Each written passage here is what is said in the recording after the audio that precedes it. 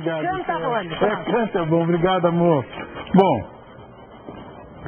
você se lembra de uma história chamada A Loura do Banheiro? Você lembra disso, não? E aquele famoso O Homem do Saco, você lembra disso? E daquele medonho chupa-cabra, foi uma comoção nacional. Tá. Essas são algumas das lendas urbanas, personagens das lendas urbanas que a gente ouve desde pequenininho. Como é que elas surgem? Nós vamos conversar com o professor de língua portuguesa, Luciano Segura. Como vai, Luciano? Obrigado por ter vindo. Tudo bem? Essas histórias por favor, acontece também, porque quando eu era criança, minha mãe me falava muito sobre o bicho-papão. Eu vi muita história do bicho-papão, tinha música do bicho-papão, sai de cima do telhado, enfim. Meus filhos ouviram histórias terríveis sobre o homem do saco. O homem ia passar com o saco e levar todo mundo.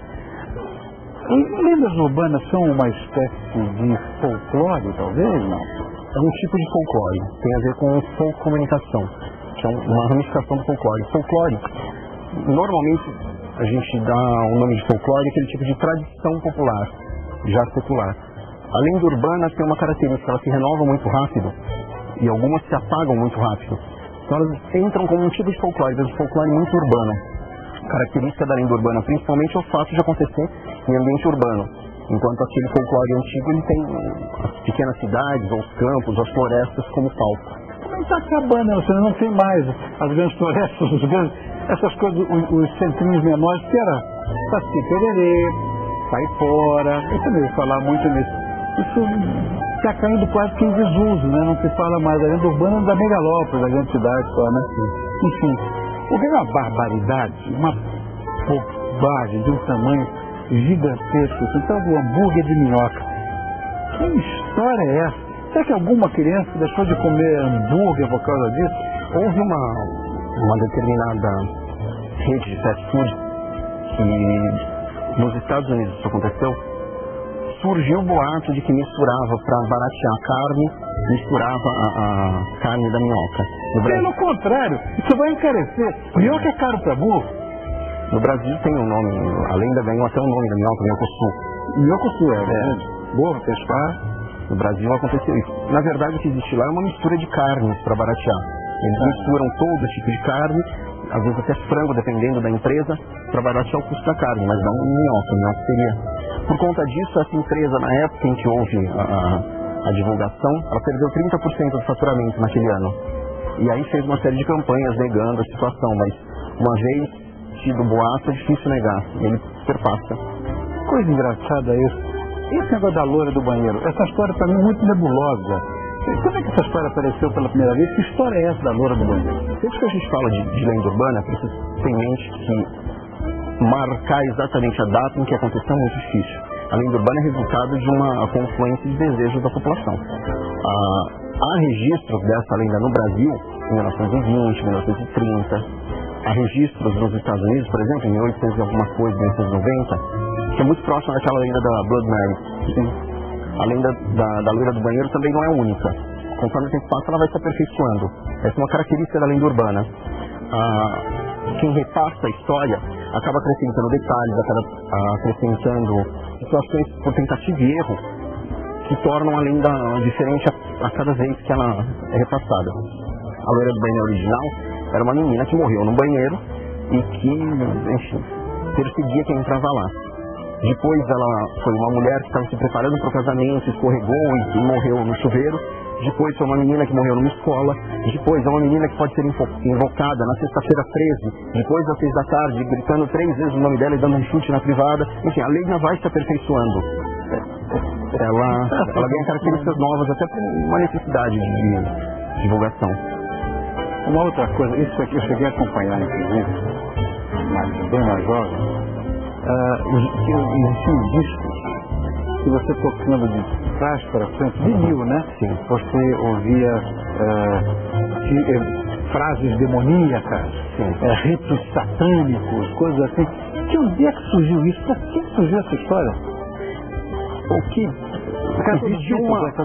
Pois é, aquela coisa dos Beatles é uma das lendas. Que eu conheço, de fato, só existe uma música que, se tocada ao contrário, existe uma sentença, que é dos Engenheiros do Havaí.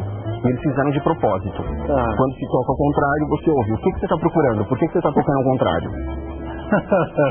As outras, o que há é uma coincidência de fonemas.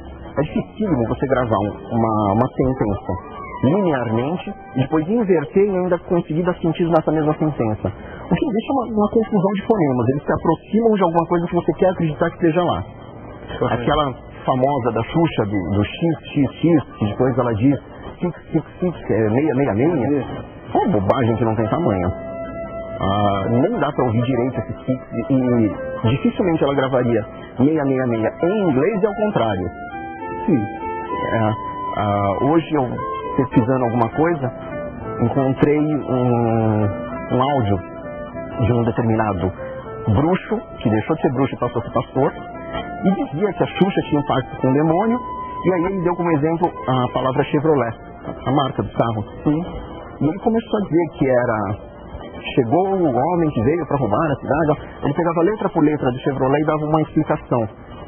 Não faz sentido em português essa explicação, porque a palavra nem é brasileira.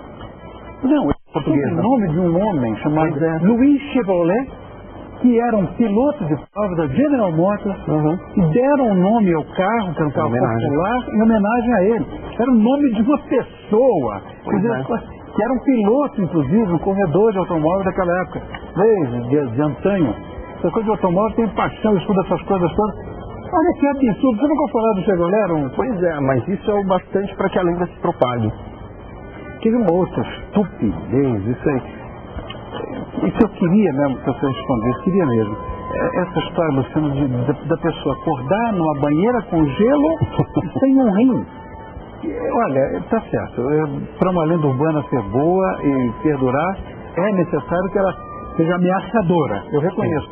Mas você acordar numa banheira de gelo e sem um rim, você primeiro não iria acordar, porque você ia ter uma hemorragia.